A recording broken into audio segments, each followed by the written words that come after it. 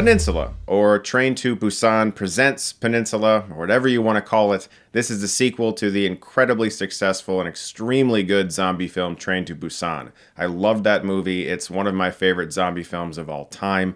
I think it's excellent. I have a review for it on my channel. Check it out if you've never seen it. This movie takes place 4 years after the initial outbreak that was detailed in Train to Busan, and it follows a group of people who try to infiltrate a highly infected area to steal $20 million that's hidden on a truck. And once they get there, there's a bunch of zombies as well as a faction of criminals that make their life a living hell. Since the same filmmaker was coming back to direct this film but also co-write it, I was really pumped to see it. I loved Train to Busan. I think it's really, really damn good. One of my favorite Korean movies. And so I was very disappointed when Peninsula was not just mediocre, it's actually kind of bad. One of the reasons I love Korean films so much is that they feel so different from what we normally see out of Hollywood. They don't feel like they're drenched in Hollywood cliches that we're so used to seeing, and when it comes to Peninsula, it feels like it's a try-hard Hollywood movie. Train to Busan was such a smart film, and it was a very subtle movie. Even in the initial outbreak, they did their best to not show you any zombies. You just saw the young girl or her father witness something out of the corner of their eyes. Somebody running by the train window really quickly. What exactly was that? Or a fire in a building. Well, I guess someone's having a really shit day. You can kind of gloss over all of that. And it built suspense really well. It made you feel like you were watching an outbreak happen. And that was very unique for a zombie movie, seeing that initial spark. This movie taking place 4 years after that makes it feel like just about any other post-apocalyptic zombie outbreak film or video game, especially like Last of Us. The production and set design looks exactly like The Last of Us. Cars in the road, overgrown weeds and grass, people piling out of buildings. It feels like something we've seen 1,000 times. The originality of the first film has been stripped away. One of the other issues with this movie is the characters. There's nothing terribly wrong with any of them. They're just very bland and uninteresting.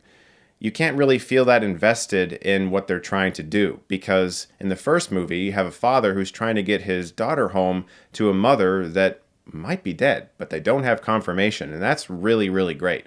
In this movie, they're just after some money in a truck. There's even a point in the movie where someone who is important to our protagonist is actually taken captive by that faction of criminals. But our protagonist has no idea and just thinks he's dead. Where this movie really fails, though, is the CGI. This is a very digital, fake-looking movie, especially car chases. There's fully digital car chases throughout this entire movie. Cars brake really fast or crash through walls, fall off of bridges. There's very simple shots of cars just going down a street that are fully CGI rendered, and I really didn't understand why. It's very noticeable every single time. It takes you completely out of the experience. I felt like I was looking at a PC game from 2008, and I know that's a very common critique for bad CGI in movies, but I mean, I fucking mean it. It looked like a PC game from 2008. I don't know what else to fucking say. They refer to them as zombies this time around, and they're very tensionless. They sort of just pile in front of cars and get smacked around by CGI trucks. But at the very least, the film is not a carbon copy of the first. It is a sequel that goes in a completely different direction with brand new characters and doesn't try to emulate the first movie. If it had succeeded, that would have been really impressive. And the other plus is that it doesn't really affect the first movie at all in that regard, because it takes place 4 years later with different characters, and so you can still watch the first film and not feel like this movie ruins it. The one thing this movie ruins is very early on, they say that the idea of Busan being a hopeful place didn't really last. And so it kind of makes you feel bad about certain things that happened in the first film. You're like, oh, well, what the fuck was the point? Like, just to have more shit 4 years later? You know what I mean? That's about the only thing that I think it does that tarnishes the first movie. But back to those zombies. One of the things the first film did so well was the claustrophobia. The environment and the fact that there was really no place to escape to. You were kind of trapped with these things. In this movie, they're tensionless balloon people like the Agent Smiths in Matrix Reloaded, just getting smacked all over the place, flapping in the wind.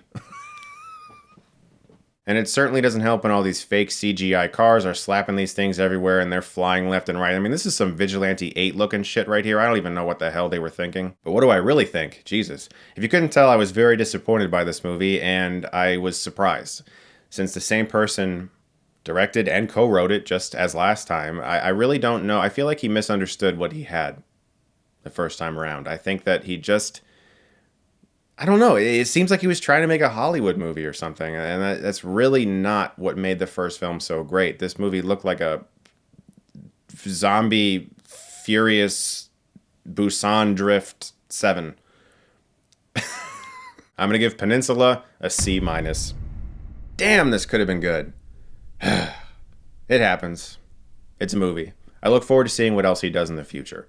Guys, thank you so much as always for watching. I also want to give a big thank you to the sponsor for this video, Expressvpn. Expressvpn allows you to expand your entertainment selection. Are you running out of good shows to watch? Expressvpn allows you to change your location so you can watch shows and movies that are not available in your country on Netflix, BBC iPlayer, and many other streaming services. Using this service on Netflix allowed me to access a ton of great Studio Ghibli streaming content that's not available in America. For instance, I can't watch Rick and Morty on Netflix in the US, but if I connect ExpressVPN to the United Kingdom and refresh the page, I can watch all the Rick and Morty I want to. Also, the app for ExpressVPN is available on all different kinds of devices, like your smart TV, for instance, and so you can watch movies or TV shows that aren't available in your country on your television. And they have the fastest speeds. ExpressVPN invests only in premium servers, making them consistently faster than any other VPN provider. So to find out how you can get ExpressVPN for free for 3 months, please do check out the link in the description below. That's expressvpn.com/Chris Stuckmann.